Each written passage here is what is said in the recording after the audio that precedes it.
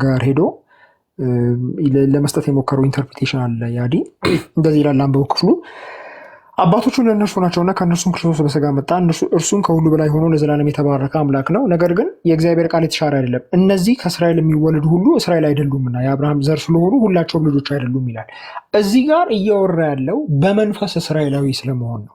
ነገር ግን በይስሐቅ ዘር ይጠራልሃል ተባለ ይልና ቀጥሎ ምን ይላል? ይህም የተስፋ ቃል ልጆች ዘር ሆኖ ይጠራሉ እንጂ እነዚህ የስጋ ልጆች የሆኑ የእግዚአብሔር ልጆች አይደሉም ማለት ነው። ስለዚህ በስጋ ብቻ የእስራኤል ልጅ መሆን፣ በስጋ ብቻ የአብርሃም ልጅ መሆን የእግዚአብሔር ልጅ አያስብልም። የተስፋውን ቃል ኪዳን መቀበል ያስፈልጋል። ምክንያቱም የተስፋ ቃል ልጆች ዘር ሆነው ይቆጠራሉ እንጂ እነዚህ የስጋ የሆኑት የስጋ ልጆች የሆኑ የእግዚአብሔር ልጆች አይደሉም ማለት ነው ያለው። ምን ማለት ነው ይሄ? ነሰሰርሊ አንድ ሰው አይሁዳዊ ስለሆነ በስጋ ክርስቲያን የእግዚአብሔር ልጅ ነው ማለት አይደለም። በመንፈስ የእግዚአብሔር ልጅ የሚኮነው በክርስቶስን በመቀበል ነው እያለ ያለው። የቱ ጋር ነው ስለ ሆድ ፍሬ የሚያወራው? የኔ ኢኒሻል ፖይንት እኮ ካስታወሳችሁ የሆድ ፍሬ ማለት ሁሌም ባዮሎጂካል ሰንሺፕ ነው እየወራ ያለው። ባዮሎጂካል ልጅነትን ነው የሚያመለክተው። ባዮሎጂካል ልጅነትን እያመለከት ያለው እዚህ ጋር የስፒሪቹዋል የእግዚአብሔር ልጆች የስጋ ልጅ መሆን ብቻ በስጋ ከአብርሃም ዘር መወለድ ብቻ የእግዚአብሔር ልጅ መሆኑን በመንፈስ ልጅ መሆኑን አያመለክትም አለ እንጂ የሆድ ፍሬ ተብሎ የአብርሃም ልጅ አይደለም አልተባለም። የሆድ ፍሬ ነው የአብርሃም የሆድ ፍሬ ነው በስጋ በመንፈስ ግን የእግዚአብሔር ልጅ አይደለም። የሆድ ፍሬ ነው የአብርሃም የሆድ ፍሬ ነው፣ በመንፈስ ግን የእግዚአብሔር ልጅ አይደለም። ስለዚህ አሁንም ምንም መልስ አልተሰጠም ማለት ነው። ሁለተኛውና በጣም በሚያስገርም ሁኔታ ይሁዳ ጋር ነው ሄደው ይሁዳ ጋር ሄዶ ሌላ ስጋ አለ ለማለት ሞክሯል። ግን ያላስተዋለው ነገር ምንድን ነው? ከላይ ሲናገር ቁጥር መኖሪያቸውን የተዉትን እንጂ የራሳቸውን አለቅነት ያልጠበቁትን መላእክት ስለ መላእክት እያወራ ነው። በዘላለም እስራት ከጨለማ በታች እስከ ታላቁ ፍርድ ቀን ድረስ ጠብቋቸዋል። እንዲሁም እንደ እነርሱ ዝሙትን ያደረጉና ሌላን ስጋ የተከተሉ ሰዶምና ገሞራ በዙሪያቸው የነበሩ ከተማዎች በዘላለም እሳት እየተቀጡ ምሳሌ ሆነዋል ይላል። ስለዚህ እዚህ ጋር ሌላን ስጋ እያለ ያለው ምንድን ነው? እንደ ሰዶምና እንደ ገሞራ ሲል ወንድ ከሴት ጋር ነው ሪሌሽን መፈጸም ያለበት። እሱ አንድ ወንድ ሪሌሽን ማድረግ ያለበት ከሴት ጋር ነው። እነሱ ግን ሌላን ስጋ ሴትን ትተው ከሌላ ስጋ ጋር ሪሌሽን አደረጉ፣ ወይም ደግሞ ከወንድ ጋር ሪሌት አደረጉ። ከሴት ጋር ማድረግ ያለባቸው ከወንድ ጋር አደረጉ። ይሄንን በምናውቃለን ከተባለ እንዲሁም እንደነሱ ዝሙትን ያደረጉና ሌላን ስጋ የተከተሉ ሰዶምና ገሞራ ይላል። ሰዶምና ገሞራ ይላል። ኦኬ። ስለዚህ ሰዶምና ገሞራን ነው ምሳሌ የጠቀሰው። ስለዚህ ሌላ ስጋ ሲል ወንድ ከሴት ጋር ሪሌሽን ማድረግ እየተገባው ከወንድ ጋር ሪሌሽን አደረጉ። ስለዚህ ሌላ ስጋ ተከተሉ።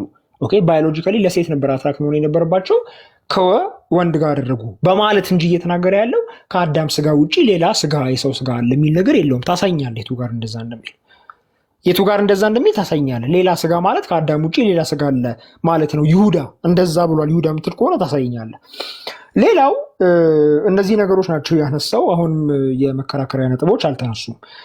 ቅድም ሮሜ 9 ላይ እንዳልኳችሁ በስጋ የአብርሃም ልጅ መሆን ይቻላል፣ በስጋ የአብርሃም የሆድ ፍሬ መሆን ይቻላል፣ ፊዚካል ዲሴንደንት መሆን ይቻላል።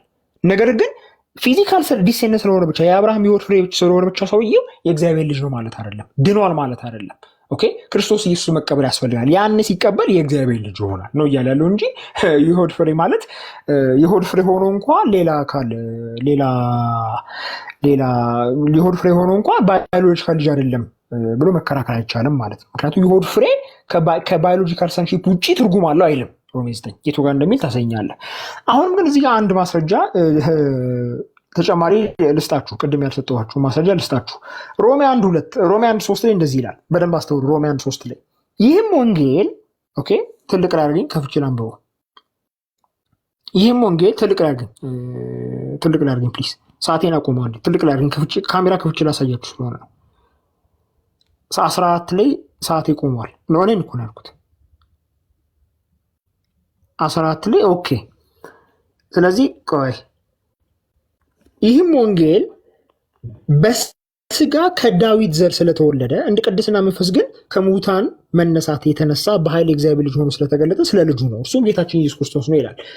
በስጋ ስለዚህ ስለ ስጋ ነው እያወራ ያለው። በስጋ ከዳዊት ዘር ተወለደ። አሁን እዚህ ጋር ግሪኩ ምን እንደሚል እንመልከት።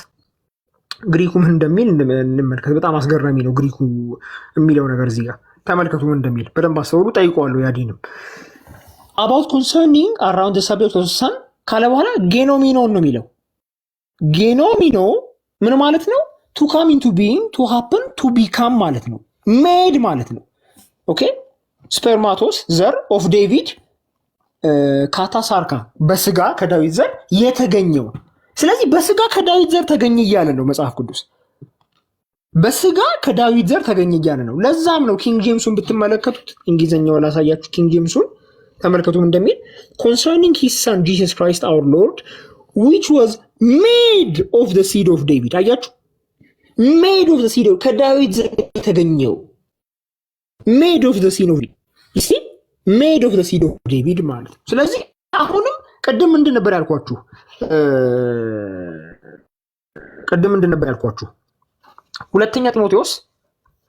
ሁለተኛ ጢሞቴዎስ ምዕራፍ 2 ቁጥር 8 ላይ ምን ይላል?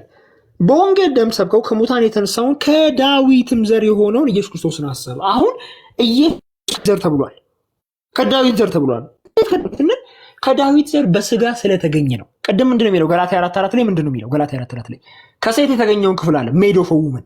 ኦኬ ሮሜ 1 ላይ መጥቶ ደግሞ ምን አለ? ከዳዊት ዘር የተገኘው። ስለዚህ ያቺ የዳዊት ዘር ሴቲቱ ናት ማለት ነው፣ ድንግል ማርያም። ከሷ በስጋ የተወለደባት ከሴት የተወለደ ይላል ገላትያ 4:4 ላይ። ሮሜ 1 ላይ ደግሞ ከዳዊት ዘር በስጋ የተወለደ ይላል፣ ወይም የተገኘ። ሁለቱም ክፍል ጋር አንድ ነው።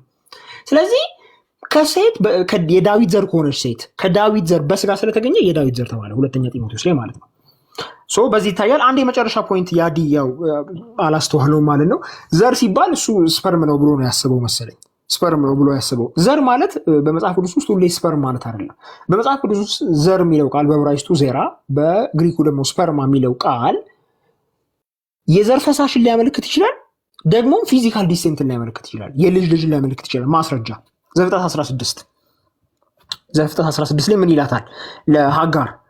ቁጥር 10 ላይ የእግዚአብሔርን መልአክ ዘርሽን እጅግ አበዛለሁ። ዘርሽን ከብዛቱም የተነሳ አይቆጠርም ማለት። አሁን እዚህ ጋር ዘርሽን እያላት ነው። መቼስ ሴት ናት፣ የዘር ፈሳሽ የላትም። ስለዚህ ዘርሽን አበዛለሁ ምን ማለት ነው?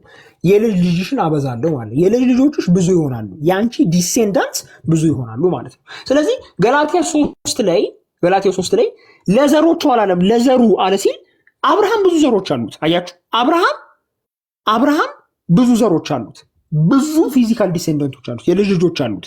ነገር ግን አንዱ የልጅ ልጅ ብቻ ነው መሲህ፣ አንዱ የልጅ ልጅ ብቻ ነው የሚመጣው ክርስቶስ። ለዛ ነው ስፔሲፋይ ያደረገው ኢንዲቪጁዋሉ ፐርሰኑ አንዱ ስለሆነ ነው። ሌሎች ዘሮች አሉት፣ ግን ይሄን የተስፋ ቃል ይሄን ትንቢት የሚፈጸመው አንዱ የአብርሃም ዘር ብቻ ስለሆነ ነው። ለዛ ነው ዘሮች አላለም ዘርህ ብሎ የነጠለው።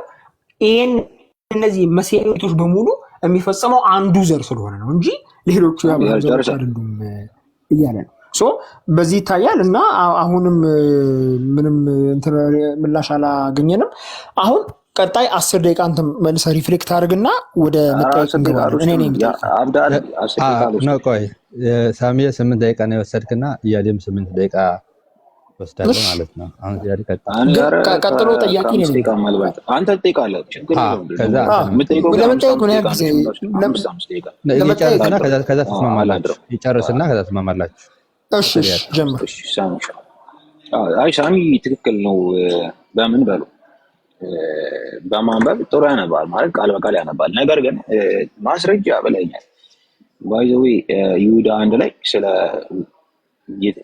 ከተለያዩ ሴም ሴክስ ጋር ስለመሆን አይደለም የሚያወራው። ይሁዳ 1:7 ላይ ባይዘዌ ኪንግ ጄምስ ላይ እንኳን ብትገባበት ትንሹ ማለት ነው even as Sodom and Gomorrah and the series about them in like manner giving themselves over to fornication and going after ምንድን ነው የሚለው? ሳሚስቲ አንበባት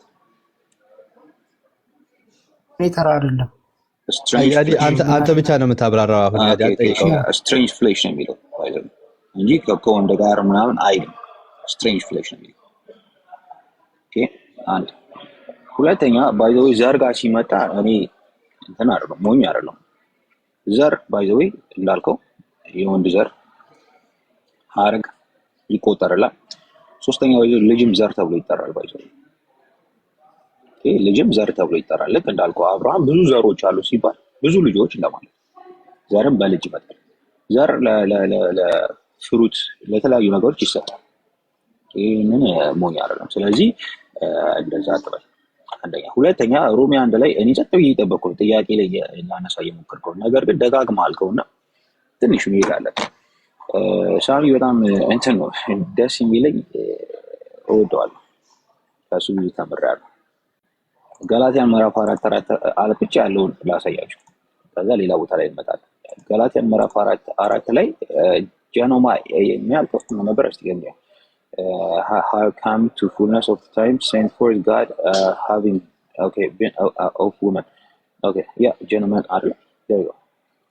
አሁን ምንድን ነው ሳሚ ሊሰራ ያሰበው ጋይስ? ዝም ያልኩት ለዛ ነው። ባይዘው ይሄ ወርድ ትክክል ነው። ሳሚ ተረጎመ to become ይላል። አንድ to come into being ነው የሚለው ባይዘው። እቺን ብቻ አስምሩልኝ።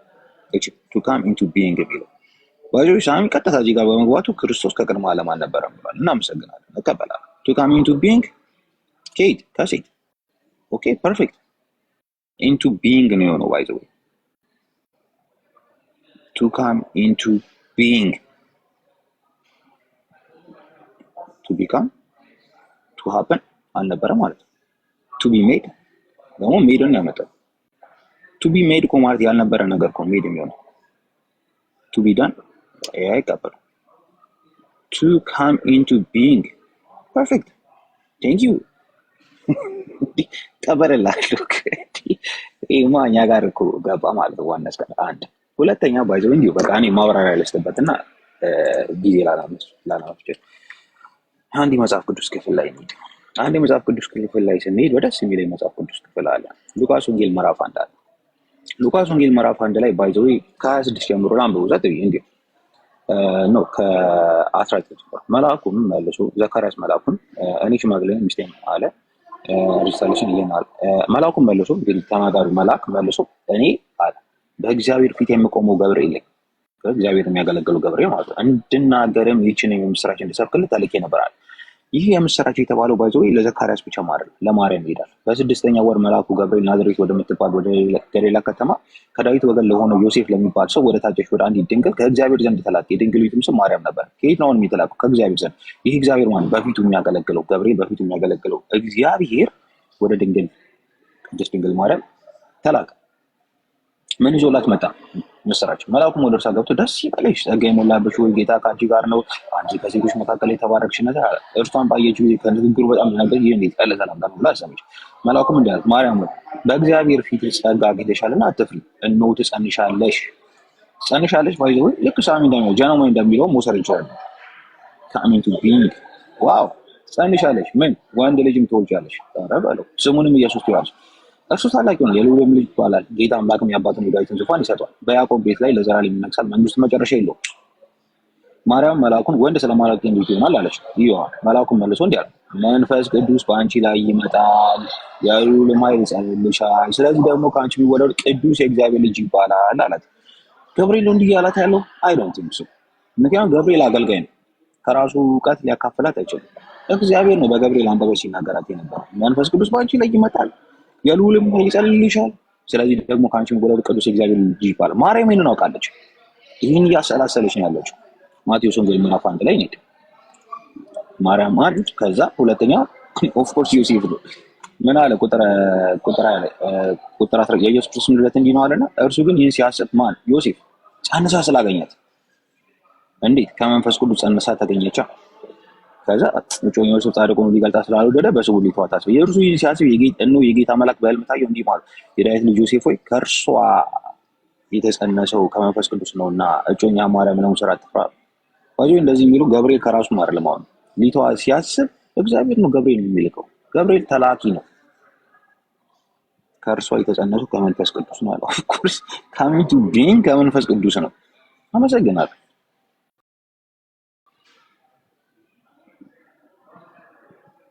ከሴት ገላትያን 4:4 ላይ ከሴት ከተወለደው በቀር እኮ እግዚአብሔር ልጅ የለውም።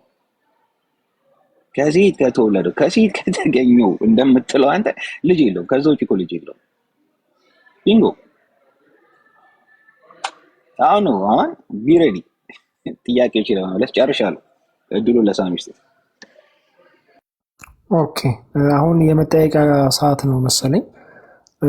ስንት ደቂቃ ነው የምትጠያየቀው ሳሚዬ?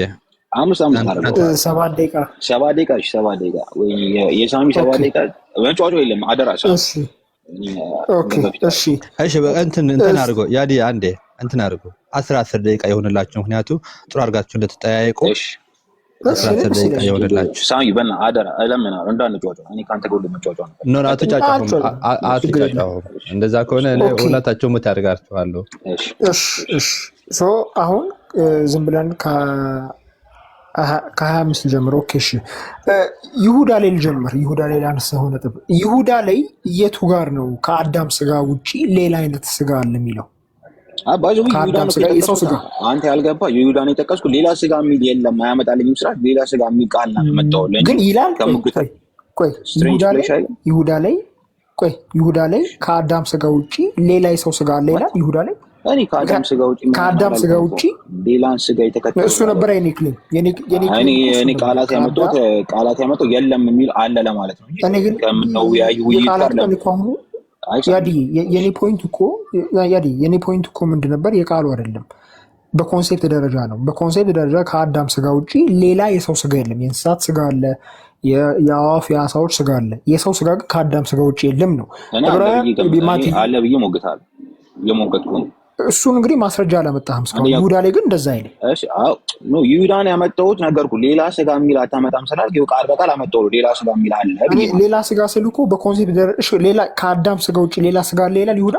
የሰው ስጋ ይሁዳ እንደዛ ይላል እኮ። እነዚህ ሌላ ስጋ የተባሉት እነማን ናቸው? ባይዘው ሌላ ስጋ የተባሉት እነማን ናቸው? ችግር የለም። በቃ ወደ ቀጣዩ ኦኬ። አይ ጊዜ ለመግደል ነው። ምክንያቱም በዚህ ጊዜ እንትን ካለ ባይዘው እነዛ መላእክት ነው እዚህ ጋር ሲያወራ የነበረው። ሊዘሙትባቸው ይስጠሯቸው ነበር። እነሆ ጋር ሰደው መጨረሻ ላይ ቆይ እሺ፣ ጊዜ አንግደል። ኦኬ እስቲ የሆድ ፍሬ ተብሎ ወይ የወገብ ፍሬ ተብሎ ባዮሎጂካል ልጅ ያልሆነ አንድ አካል አሳየኝ። ክርስቶስ ያዲ ይሄ አሁን እኛ እያወራን ያለ ነው የክርስቶስን ስጋ ነው። ስለዚህ ለክርስቶስ ስጋ እያወራን ራሱ የክርስቶስን ስጋ ማስረጃ ማቅረባችን ይሄ ናን ሴኩዊተር ፋላሲ ይባላል። ኦኬ ለክርስቶስ ስጋ ማስረጃ እያወጣ የሆድ ፍሬ ተብሎ ግን የሆድ ፍሬ አይደለም እንዴ? የሆድ ፍሬ ተብሎ ማለት ምን ማለት ነው? የሆድ ፍሬ ተብሎ የሆድ ፍሬ አይደለም ማለት ዳዊት ቀጥታ ሁሉ ቴክስቱ እየዋሸነው ቴክስቱ ቆይ ታረቃቀ ዳዊት ቀጥታ ለዶም ቆር ከዳዊት ሲሆን ዳዊት ከቅድስት ድንግል ማርያም ቢሆን ቀጥታ መውለድም የሆድ ፍሬ ዕብራውያን 7:5 ላይ ያሳየው ቀጥታ ያልተወለዱ ሰዎችም የወገብ ፍሬ ተብሎ ቆይ ጋይስ ያምጣው ዕብራውያን 7:25 ምን ይላል? ዕብራውያን 7:5 እንደዚህ ይላል፣ ከሌዊ ልጆችም ክህነትን የሚቀበሉት ከህዝቡ ማለትም ከወንድሞቻቸው እነርሱ ምንም ከአብርሃም ወገብ ቢሆን ከአብርሃም ወገብ ቁጥር 5 ስለዚህ ከአብርሃም ወገብ ወጥተዋል። ሌዋውያን ከአብርሃም ወገብ አይደል? የአብርሃም ዘር አይደል? ሌዋውያን እኮ የአብርሃም ዘር ናቸው። ስለዚህ ቀጥታ ባይወልዳቸውም የወገቡ ፍሬ ተብለዋል እኮ ያ አብርሃም ይስሐቅ ከዛ ያዕቆብ እኮ በዛ ዘር። ስለዚህ ክርስቶስም በዛ ዘር ይዘር ሐረግ በዚህ መንገድ ማስረጃ የለም። እንደዛ ክርስቶስም ምን እንደዛ ማስረጃ የለም። የዘር ሐረግ ቢቆጠር ለክርስቶስ ሐዋርያት ሥራ ምዕራፍ 2 ላይ ምንድን ነው የሚለው? ቆይ ሐዋርያት ሥራ ምዕራፍ 2 ላይ ምንድን ነው የሚለው? ሐዋርያት ሥራ ምዕራፍ 2 ሐዋርያት ሥራ ምዕራፍ 2 ላይ እሺ ነብይ ስለሆነ ከወገቡ ፍሬ በዙፋኑ ያስቀምጥ ዘንድ እግዚአብሔር መሐላ እንደማለት ስላወቀ ስለ ክርስቶስ ትንሣኤ አስቀድሞ አይቶ ነፍሱ በሲኦል እንዳልቀረች ስጋውን በበሰበስ እንዳላየ ይናገራል ይላል። ክርስቶስ የዳዊት የወገቡ ፍሬ ነው እያለ ነው። ግን እንዴት ሆኖ የወገቡ ፍሬ የሚሆነው? ማቴዎስ 1 ሲጠቅስ ከማርያም የወገቡ ፍሬ ማርያም የዳዊት ወገብ ነው። ምንም ማስረጃ የለም። ማርያም የዳዊት ዘር መሆኗን የሚያስረዳ ምንም ማስረጃ የለም። ቆይ እሱ ቀጣይ ጥያቄ ላይ እንነጋገረዋለን። አሁን የኔ ጥያቄ የወገብ ፍሬ ተብሎ ባዮሎጂካል ልጅ ያልሆነ አካል አለ ወይ ነው? ይሄው ክርስቶስ እኮ አልኩህ እኮ። አሁን ስለ ክርስቶስ ስጋ እያወራን ነው። የክርስቶስ ስጋ ምንድነው የሚለውን ነገር እያወራን ፕሩቭ እንጂ ማድረግ ያለብህ አሲው ማድረግ የለብህም። ፕሩቭ አድርግ እኮ ነው እያልኩ ያለው እኮ። ፕሩቭ ላደርግ ማስረጃ ተቀርቧል። ኤግዛክትሊ ግጥም ሀሪም እንደማስረጃ ከክርስቶስ ስጋ ንገረህ የሆድ ፍሬ በመጽሐፍ ቅዱስ ውስጥ በተደጋጋሚ ባዮሎጂካል ሰንሺፕ ነው የሚያሳየው ሁሌ። ስለዚህ ክርስቶስ የሆድ ፍሬ ተባለ ማለት በዛው ፓተርን የዳዊት ባዮሎጂካል ልጅ ነው ሆድ ፍሬ ተብሏል። ከዚህ ውጪ ማስረጃ አለ? አዎ ማቴዎስ ምዕራፍ 1 ምን ማቴዎስ ምዕራፍ 1 የቱ ጋር ነው የሆድ ፍሬ ተብሎ ባዮሎጂካል ልጅ አይደለም የሚለው እኮ? ንቁጠራ ቁጥር ስንት? ቁጥር እንዳለ ንቁጠራ። እሺ ንቁጠራ አይደለ እንዴት ነው ሙሉ ቁጥር? እሺ ቆይ ይሄ ጊዜ ስለሚገድል እንቶ ምንም እሱን ለተመልካች እንደያለ ሙሉ እንግዲህ ከቁጥር 1 እስከ ቁጥር 17 ድረስ አንብብ ማለት ያው ጊዜ መገደል ስለሆነ እንቶ ቁጥር 16 ላይ ብቻ አንብላል። ምንም ችግር የለም። ያዕቆብ ክርስቶስ የተባለው ኢየሱስ የወለደች የማርያም ልጅ ነው። ዮሴፍ ወለደ አለ እንጂ ቆይ የኔ ተራ ነው። እሺ ቀጥላ የኔ ተራ ነው። እንዴ ሮሜ 1:3 ላይ እንደዚህ ይላል፣ ይህም ወንጌል በስጋ ከዳዊት ዘር ስለተወለደ ይላል። እንዴት ነው ክርስቶስ በስጋ ከዳዊት ዘር የተወለደው? እንደዛ ያለበት ምክንያት ስላለው ነው ማለት ነው። በዳዊት ቤት ነው የተወለደው። ከዳዊት ቤት ማለት በስጋ ተወልዷል። ከዳዊት ቤት በስጋ አይደል የተወለደው? በዳዊት ቤት እስቲ ከዮሴፍ በስጋ ተወልዷል። እናም በቦታ ታረቃል በቃል አይደል እኮ ሮሜ 1:3 ምን ይላል? ይህም ወንጌል ከዳዊት ዘር የተወለደ አይደል የሚለው፣ በስጋ ከዳዊት ዘር የተወለደ ነው የሚለው። ክርስቶስ በስጋ ከማን ነው የተወለደው? በስጋ ከማርያም ነው። በዳዊት ቤት የተወለደው ከማርያም ነው የተወለደው። ስለዚህ ከማርያም በስጋ ሲወለድ ከዳዊት ዘር ተወለደ ማለት ነው እና አይደለም? በዳዊት ቤት ስለተወለደ በዳዊት ቤት በስጋ በዳዊት ቤት ነው የተወለደው። ከዮሴፍ በስጋ ተወልዷል። ገዳይ እሺ አሁን እኮ ስለ ስጋ ወልደቱ እሺ ላምበል ስለ ስጋ ወልደቱ ነው እየወራ ያለው። ለማለሰለ ኦኬ ምን መልስልኝ። ሉቃስ ወንጌል ምዕራፍ 2 ላይ እንዲህ ይላል። ምዕራፍ 2 ላይ በዚያም ወራት ዓለም ሁሉ እንዲጻፍ ከአውግስጦስ ቄሳር ትእዛዝ ወጣች። ቄሮኔዎስ በሶሪያ አገር ገዥ በነበረ ጊዜ ይህ የመጀመሪያ ጽሕፈት ሆነ። ሁሉም እያንዳንዱ ይጻፍ ዘንድ ወደ ከተማው ሄደ። ዮሴፍም ደግሞ ከዳዊት ቤትና ወገን ስለነበረ ከገሊላ ከናዝሬት ከተማ ተነስቶ ወደ ቤተልሔም ወደምትባል ወደ ዳዊት ከተማ ወደ ይሁዳ ጸንሳ ከነበረች ከእጮኛው ከማርያም ይጻፍ ዘንድ ወጣ። ዮሴፍን ነው ዮሴፍን ከዳዊት ቤትና ወገን አለውና በዚህ ምክንያት የኔ ተራ ሰው ማቋረጥ ይችላል። እኔ ዮሴፍ ከዳዊት ዘር መሆኑን አውቃለሁ። ከዳዊት ቤት ነው። አንዴ ስማኝ። በስጋ ከዮሴፍ ተወልዷል። በስጋ ከዮሴፍ አልተወለደም። በስጋ ከማን ነው ታዲያ የተወለደው? በዮሴፍ ካልተወለደ ከማን ነው የተወለደው? በስጋ ከማርያም አልኩ እኮ በማርያም። ስለዚህ ማርያም የዳዊት ዘር ናት ማለት ነው። የሚል ማስረጃ ይሄው ሮሜ 1:3 እሺ፣ እሱ በኋላ ጠይቀኛለህ። አሁን ሌላ 1:3 ያዋጣል። እሺ ወይ ችግር እሱ በኋላ እናየዋለን። ችግር የለም። አሁን ሌላ ጥያቄ እንጠይቅ። ኦኬ እንግዲህ እስካሁን እንትን ያሉት ምንም ኦብጀክሽን አላገኘንም። ሰዓት አላለቀም። እስካሁን ሰማናችሁ። አንድ ሚዩት ወይ ጋይስ እንዴ በማለት ቆይ አንዴ እሺ፣ ዮሐንስ 4 ላይ እንሂድ። ቆይ ችግር የለም። ዮሐንስ 4 ላይ ቁጥር 21 ጀምሮ ነው። ቁጥር ከ20 ጀምሮ አባቶቻችን በዚህ ተራራ ሰገዱ፣ እናንተም ሰው ሊሰግድበት የሚገባው ስፍራ በኢየሩሳሌም ትላላችሁ። እናንተ ሳምራዊቷ ሴትዮ ነው እያለች ለክርስቶስ አይሁዶች አንተ የአይሁድ ሰው ስትሆን አለ። አንዴ ከዛ በኋላ ጌታ ምን አለ? ኢየሱስም እንዲህ አላት፣ አንቺ ሴት እመኚ፣ በዚህ ተራራ ወይም በኢየሩሳሌም ለአብ የማትሰግዱበት ጊዜ ይመጣል ካለ በኋላ ቁጥር 22 ምን ይላል? እናንተ ስለማታውቁት ትሰግዳላችሁ፣ እኛ መዳን ከአይሁድ ነውና ለምናውቀው እንሰግዳለን አለ። የሰው የኔ ጥያቄ ክርስቶስ ለምንድን ነው ራሱን ከአይሁድ ሕዝብ ጋር ያካተተው? አይሁዳዊ ካልሆነ በስጋ ከዳዊት ቤት ስለተወለደ ኦፍኮርስ አጠቃላይ ይናገራል። በዳዊት ቤት ተወለደ ማለት አይሁዳዊ ነው ማለት ነው እንዴ? አቤት። በስጋ ከዳዊት ቤት ተወለደ ማለት አይሁዳዊ ነው ማለት ነው? ያ ሲጻፍ አይሁዳዊ ተብሏል ነው የሚጻፈው። ኖ አሁን እኮ ሲጻፍ አይደለም እሱ ራሱ እኛ በማለት ራሱ እኛ አይሁዳኖች አይደለም እኛ ሲል ራሱን ከማን ጋር ነው እያካተተ ያለው? እኛ ሲል ቁጥር 22 ላይ ከአይሁዶች ጋር ነው። ከማን ጋር? ከአይሁዶች ጋር። ስለዚህ አይሁዳዊ ነው ማለት ነው። አይሁዳዊ ነው። ስለዚህ ምንም አላለም። ራሱ እንደተናገረ እኛ ብሎ ታዲያ ራሱን ያካተተው ከማን ጋር ነው? እኛ ኦፍኮርስ ሰው ነው። በምድር ውስጥ የቆመ ሰው አይደል? እንዴት ይናገር? የትኛው ህዝብ ጋር ራሱን ያካተተው? ምክንያቱም እናንተና እኛ ብሎ እየለየ ነው። እናንተ ለማታውቁት ሰግዳላችሁ። እናንተ እኛ ማን ናችሁ? እዚህ ጋር ከእናንተ የተለዩ ይሄን አጻጻፍ ነው። ቆይ አንዴ ይሄን አጻጻፍ ነው። ምን ይላል መሰለህ? ዮሐንስ ወንጌል ምዕራፍ 1 ዮሐንስ ወንጌል ምዕራፍ 1 ኢየሱስ ናትናኤል ወደ እርሱ ሲመጣ አይቶ ተንኮል የሌለበት በእውነት የእስራኤል ሰው ነው፣ ናትናኤል ኮሬ ታውቀኛለህ አለ። ቆይ አይደለም ምንድን ነው ያለው እዚህ ጋር?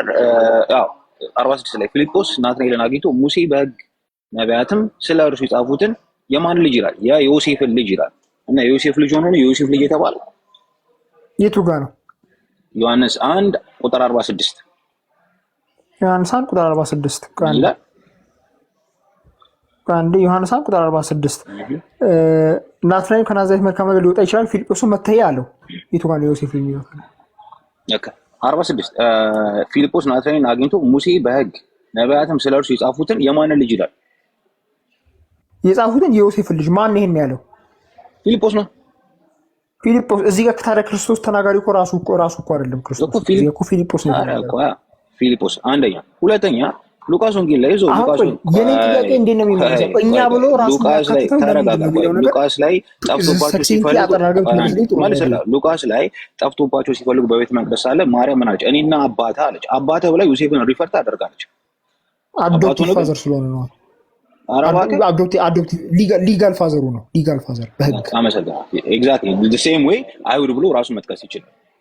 ምን ሳይሆን አይደል ዮሴፍ አባቴ የተባለው? አሁን ሊጋል ፋዘሩ ስለሆነ ነው።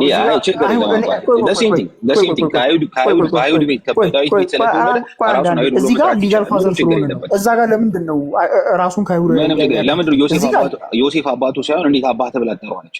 ሊጋል ፋዘሩ ስለሆነ ነው። ኦኬ እሱ ከአይሁድ ስለሆነ ምንም ችግር የለም። በአይሁድ ቤት ስለተወለደ ራሱ አድርጎ መናገር ይችላል። ሳሚ ያዲ አሁን 36 ሆኗል። ያዲ ነው ሰዓት አለቀ። መሰለኝ 35 ነው የሚያልቀው፣ ግን 1 ደቂቃ ሰጠው።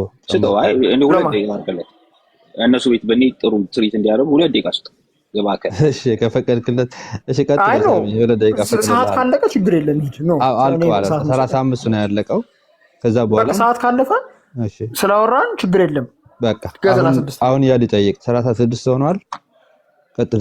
ያዲ 46 ታቆማለህ። ያዲ እሺ ሳሚ ችግር የለም። ቶሎ እንደ ዮሐንስ ሮሜ ምዕራፍ 1 ላይ ይደልምና ሮሜ ምዕራፍ 1 ቁጥር 1 ላይ ሐዋርያ ሊሆን የተጠራ የኢየሱስ ክርስቶስ ባሪያ ጳውሎስ በነቢያቱ አፍ በቅዱሳን መጻሕፍት አስቀድሞ ክፈትልኝ እስቲ። ከፍቼዋለሁ ላምበው። ሐዋርያ ሊሆን የተጠራ የኢየሱስ ክርስቶስ ባሪያ ጳውሎስ በነቢያቱ አፍ በቅዱሳን መጻሕፍት አስቀድሞ ተስፋ ለሰጠው ለእግዚአብሔር ወንጌል ተለየ። ይህም ወንጌል ተስፋው ምንድን ነው? እዚህ ጋር የተሰጠው ተስፋ ምንድን ነው? አስቀድሞ ተስፋ ለሰጠው ለእግዚአብሔር የወንጌል ተስፋ ነው።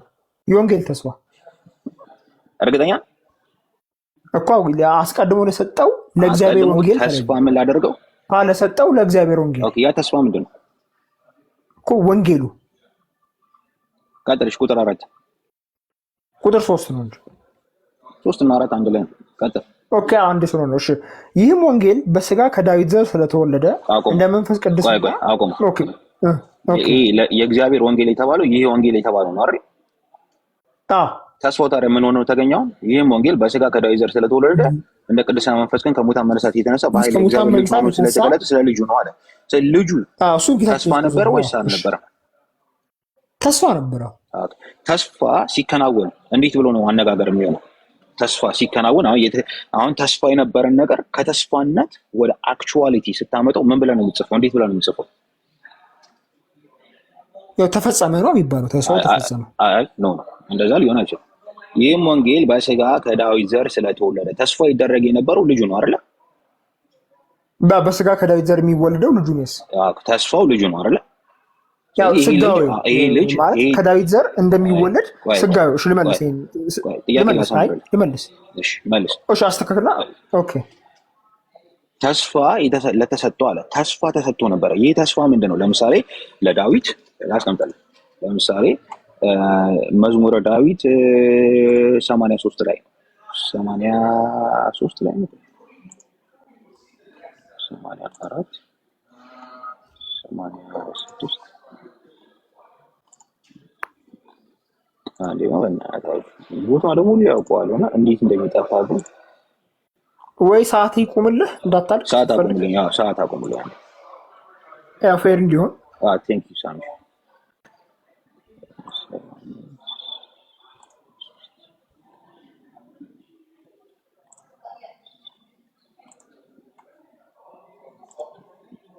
ኦኬ እንደዚህ ላይ ኦኬ መዝሙር 132 ጋር ሄድልኝ። መዝሙር 132 ቁጥር 11 ቅድም ያነበብኩት። ጎበዝ። እግዚአብሔርም ለዳዊት በእውነት ማለ አይጸጸትም። ምን ብሎ ነው የማለው እግዚአብሔር? ከሆድ ፍሬ ለዘላለም በዙፋን አስቀምጣለሁ። ጎበዝ። ማዩ እግዚአብሔር ማን ነው? አሁን እሱ ርዕሱ አይደለም እኮ አይደል? ተው ልደት እረፍ። ማዩ እግዚአብሔር ማን? እሺ ስለዚህ የማለው መሐላ ተስፋ ነው አይደል? ከወደ ፍሬ በዙፋን ላይ ያስቀምጣል። ይህ ተስፋ ነው አይደል? የሚፈጸመው ተስፋው ዘር ነው ማለት ነው አይደል? የወድ ፍሬ የሆነ ዘር ነው ማለት ተስፋው ዘር ሳይሆን መወለዱ ነው። ስጋዊ የሆኑ ተስፋ ዘር አይደል? ኦኬ ልመልስ። እሺ ልመልስ። ተስፋ የተሰጠው ዘር ነው አይደል? ኦኬ ልመልስ። በደምብ አብራችሁ ልመልስ።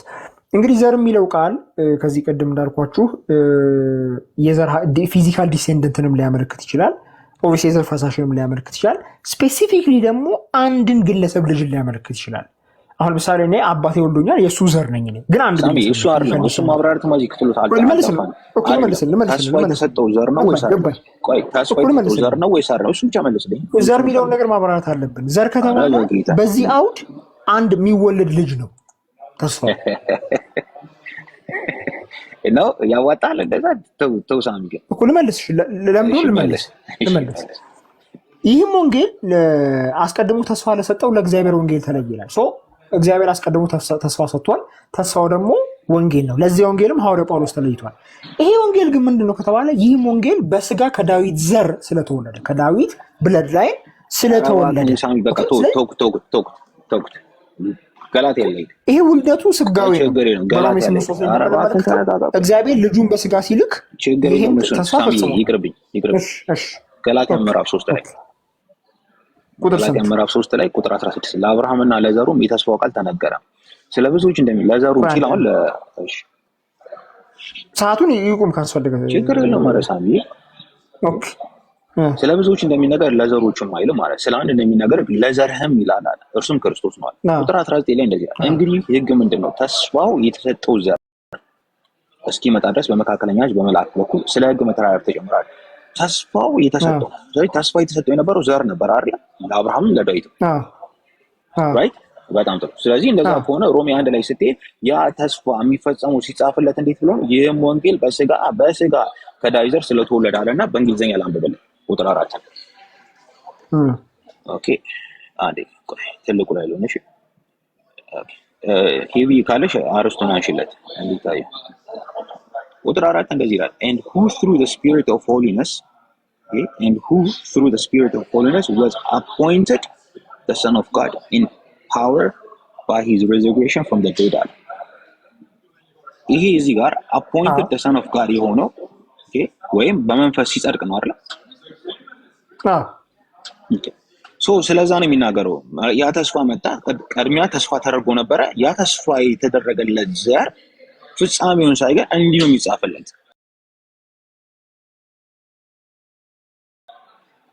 አጻጻፉ እዚህ ጋር ስለሚጠበቀው ተስፋ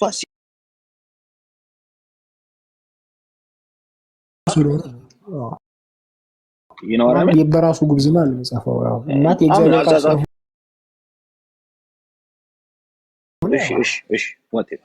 ኦኬ። ስለዚህ አሁን እኔ ጥያቄ የማደርገው ለአንተ ኦኬ፣ አንደኛ ቆሮንቶስ ላይ እንግዲህ አንደኛ ቆሮንቶስ ምዕራፍ 15 ኦኬ፣ አንደኛ ቆሮንቶስ ምዕራፍ 15 እሺ፣ ቁጥር ስንት?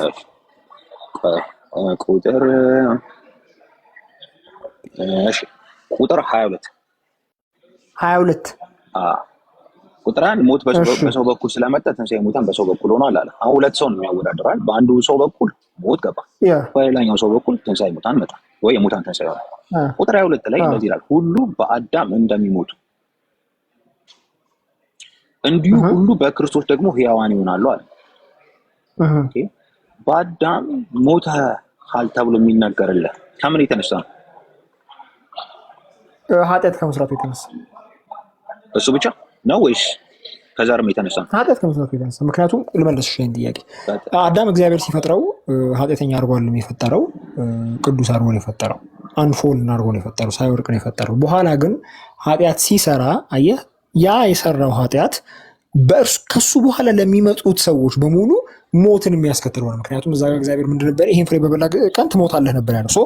ያቺ ትሞታለህ የምትለዋ ፍርድ በአዳም ለሆኑ ሰዎች በሙሉ ወይ ደግሞ የአዳም ልጆች ለሆኑ ሁሉ ገብቷል። ስለዚህ ከአዳም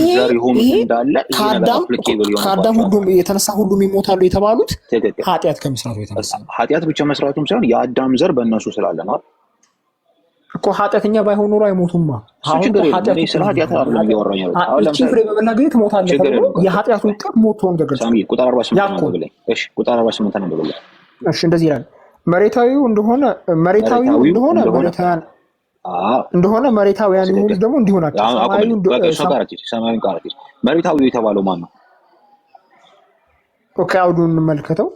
ከቁጥር 40 አውዱን እንመልከተው ለመመለስ። የፊተኛው ሰው ከመሬት መሬታዊ ነው አለ እኮ። አውዱን እንመልከተው ከቁጥር 44 ጀምሮ እናንብበው። እንፋክ ከቁጥር 44 ጀምሮ እና ከቁጥር 44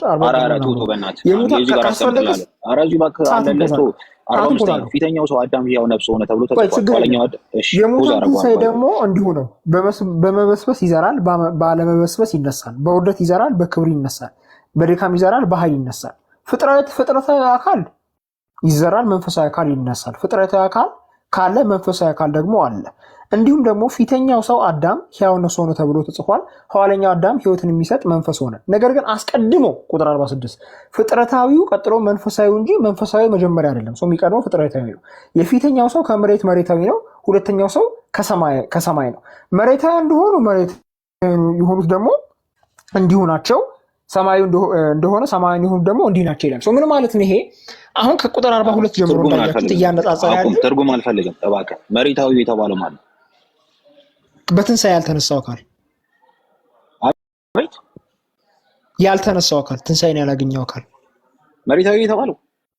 አዎ እሺ፣ መሬታዊ እንደሆነ መሬታውያን የተባሉት ነው ማለት ነው።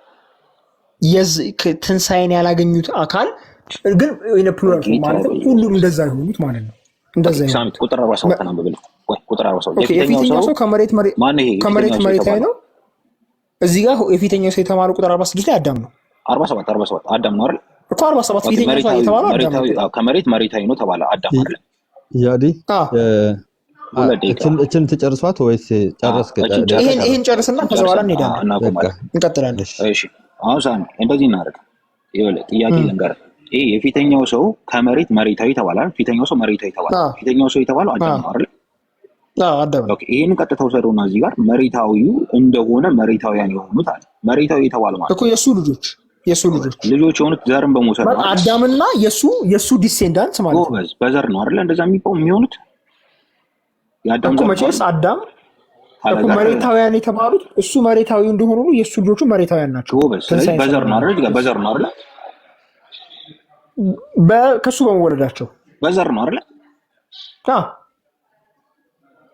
ሰማያዊ የተባለው ማለት ነው። በቁጥር 47 ወይ 48 ላይ ሁለተኛው ሰው ከሰማይ ነው አለ። እዚህ ሁለተኛው ሰው የተባለው ክርስቶስ ነው። ሰማያዊ የተባለውስ ማለት ነው ክርስቶስ ነው አይደል? ሰማያዊ የተባሉት እዚህ ጋር ላብራራ። ሰማያዊ አላልኩም። ሰማያዊ የተባለው ከሰማይ ነው የተባለውማ ክርስቶስ ነው። ጎበዝ። ስለዚህ አሁን ቆይ ይሄ ሰማያዊ የተባለው ክርስቶስ ነው። ሰማያዊያን የተባሉት እነማን ናቸው? በክርስቶስ ኢየሱስ ያመኑት ክርስቲያኖች። ሰማያዊያን ያስባላቸው ከክርስቶስ ምን መካፈላቸው? በክርስቶስ ኢየሱስ ማመናቸው የክርስቶስ አካል መሆናቸው። ምን መካፈላቸው ነው ሰማያዊያን ያስባላቸው? የክርስቶስ አካል መሆናቸው አምኖ ተጠምቀው አካሉ ሲሆን አንደኛ ቆሮንቶስ። እርግጠኛ ነህ? አዎ አንደኛ ዮሐንስ ምዕራፍ 3 ቁጥር 9 ላይ ነው ያለው። ስለዚህ የዲያብሎስን ሥራ እንዲያፈርስ የእግዚአብሔር ልጅ ተገለጠ። ከእግዚአብሔር የተወለደው ሁሉ ኃጢአትን አያደርግም ማለት ነው። ምን ይላል? አንደኛ ዮሐንስ ምዕራፍ 3 ቁጥር 9 ቆይ ዳምቡ ዘር ስለተካፈለ እሱ ቆይ አንዴ ላውጣው። ስለተካፈለ አንደኛ ዮሐንስ ምዕራፍ 3 ቁጥር 9 ስለዚህ ከእግዚአብሔር የተወለዱ ሁሉ ኃጢአትን አያደርግም ዘሩ በእርሱ ይኖራልና። እዚህ ዘር የተባለው መንፈሳዊ ነው ወይስ ሥጋዊ? ቆይ እዚህ ዘር የተባለው መንፈሳዊ ነው ወይስ ክርስቶስ አይደል? እንዴ ዘር የተባለው እዚህ ጋር ቆይ መንፈሳዊ ነው አይደል? እዚህ ጋር ሰማያዊ ነው እንጂ መንፈሳዊ ብቻ ሳይሆን ሰማያዊ ነው። ቆይ እዚህ ጋር ዘር የተባለው ስለ ሥጋ ነው እያወራ ያለው ወይስ በመንፈስ የእግዚአብሔር ልጅነትን ማግኘትን ነው እያወራ ያለው? ወይስ አሁን የእግዚአብሔር ልጆች የተባሉት በዚህ ዘር ምክንያት ነው አይደል? ዘር ሲባል ምን ማለት ነው? ዘር ማለት ምን ማለት ነው? በዚህ ያውድ ክርስቶስ ነው አይደል? ያው ከእግዚአብሔር የተወለዱ ሁሉ ኃጢአትን አያደርግም ዘሩ በእርሱ ይኖራልና ከእግዚአብሔር ተወልዷልና ኃጢአትን ሊያደርግ አይችልም። የእግዚአብሔር ዘር በአንተ ውስጥ አለ ማለት ነው። ቀጥሎ ያወራራል አልኩ። ያዲ ከእግዚአብሔር ተወልዷልና እኩል መልስ። የመመለስ የኔ ተራ አይደለ? እሺ የመመለስ የኔ ተራ አይደለ? ልመልስ ዘሩ በእርሱ ይኖራል ማለት ምን ማለት ነው? አንድ ሰው በኢየሱስ አምኖ ሲጠመቅ ኦኬ ከአዳማዊነት ከዓለማዊነት ወጥቶ ክርስቶሳዊ ይሆናል፣ ክርስቲያን ይሆናል። አመሰግናለሁ። ቴንክ ዩ ሳሚ። አንድ አይነት ነው ያለን። ክርስቲያን ሲሆን ያዘር ማን ነው? ክርስቲያን ሲሆን ያዘር ማን ነው? በአንተ ውስጥ የሚሆነው ዘር ማን ነው? ልነግርህ እኮ ነው። ክርስቲያን ሲሆን የእግዚአብሔር ልጅ ይሆናል። አንደኛ ዮሐንስ 1:12 ላይ በስሙ ለሚያምኑት የእግዚአብሔር ልጆች ይሆኑ ዘንድ ስልጣንን ሰጣቸው ይላል። የእግዚአብሔር ልጆች ይሆኑ ዘንድ ያን ስልጣን ሲቀበሉ ኦኬ ያን ስልጣን ሲቀበሉ የእግዚአብሔር ልጆች ይሆናሉ። ስለዚህ ዘር የተባለው እዚህ ጋር በመንፈስ የእግዚአብሔር ልጅ ስለመሆን እንጂ እያወራ ያለው በመንፈስ የእግዚአብሔር ልጅ ዘሩ የተባለው የማን ዘሩ የተባለው ስለ ፊዚካል ስጋ አይደለም። አባከን ስለ ፊዚካል ስጋ እያወራሁ አይደለም ሳሚሻ፣ ስለ ፊዚካል ስጋ እያወራሁ አይደለም። አትምታታ። እኔ ስለ ፊዚካል ስጋ እያወራሁ ግን አም ሶሪ ሙጉቶ ያኗ አሁን እኮ ያዲ ላገናኝልህ አንድ ከእግዚአብሔር የተወለደው ሁሉ ኃጢአትን አያደርግም ማለት ነው። ዘሩ የሚለው ኦኬ ዘሩ የሚለው የእግዚአብሔር ነው አይደል? አይደለም። አዎ ዘሩ ሂዝ የሚለው yes አዎ እግዚአብሔር የእግዚአብሔር ዘር የእግዚአብሔር ዘር ማን ነው? የምትወለድበት ልጅነት ነው። እዚህ ጋር ፐርሰን አይደለም። የእግዚአብሔር ዘሩ ፐርሰን አይደለም። ልጅነት ነው። የእግዚአብሔር ዘር ማን ነው? ፐርሰን አይደለም። ልጅነት ነው። ከእግዚአብሔር ተወልዷልና ይላል። ፐርሰን አይደለም። አየህ ልጅነቱ ነው። ስለዚህ የዲያብሎስን ስራ ስለዚህ የዲያብሎስን ስራ እንዲያፈርስ አላለቅም እንዴ? ሰዓቱ ምን ደረሳችሁ? አዎ ይበቃችኋል ብዬ እኮ ነው። አሁን ግን ያዲ ልጨርሳት ማጠቃለያ ስቴትመንት ማጠቃለያ አይደለም። ጥያቄዎች ስላሉ ከኛ ወንድም አንድ ሳሚ አለ፣ ከአንተም ጋር ካይ የሚባለው አለ። ጠይቋቸዋል። አሁን ለመጠየቅ ተዘጋጁ ሁለታችሁም። ወንድም ሳሚ አለ አለው እንደውም ኖ ወንድም ሳሚ አንተ አይደለም፣ ወልድ ጂሰስ አይደለም። ሳሚ ሳሚ ጠይቃት። ሳሚ የኛው ሳሚ አንድ እንግዳው ሳሚ ኦሰበን አንድ ነገር እንደዚህ አይነት ውይይት ነው እኛ የምንለምናችሁ። ምክንያቱም እንዴት ተወያይተን አትሊስት ሳሚ ጥያቄ ካለው ተወያዮቹን ይጠይቃል። እንደዚህ አይነት ውይይት እኛ እኮ በኮስት እኮ ብዙ ጊዜ ጠይቀናል። ጥሩ ነው በጣም ይሄ በጣም አሪፍ ነው። ሰላም በኋላ እንነግራቸዋለን። ቆይ ይጨርሱ። ሰዓልቅ ደግሞ ወንድም ሳሚ አንዴ ሳሚ እንጠይቃቸዋለን። አሁን አንተ ማይክን ዝጋ። ሳሚ ተወያዩ፣ ማይክን ዝጋ።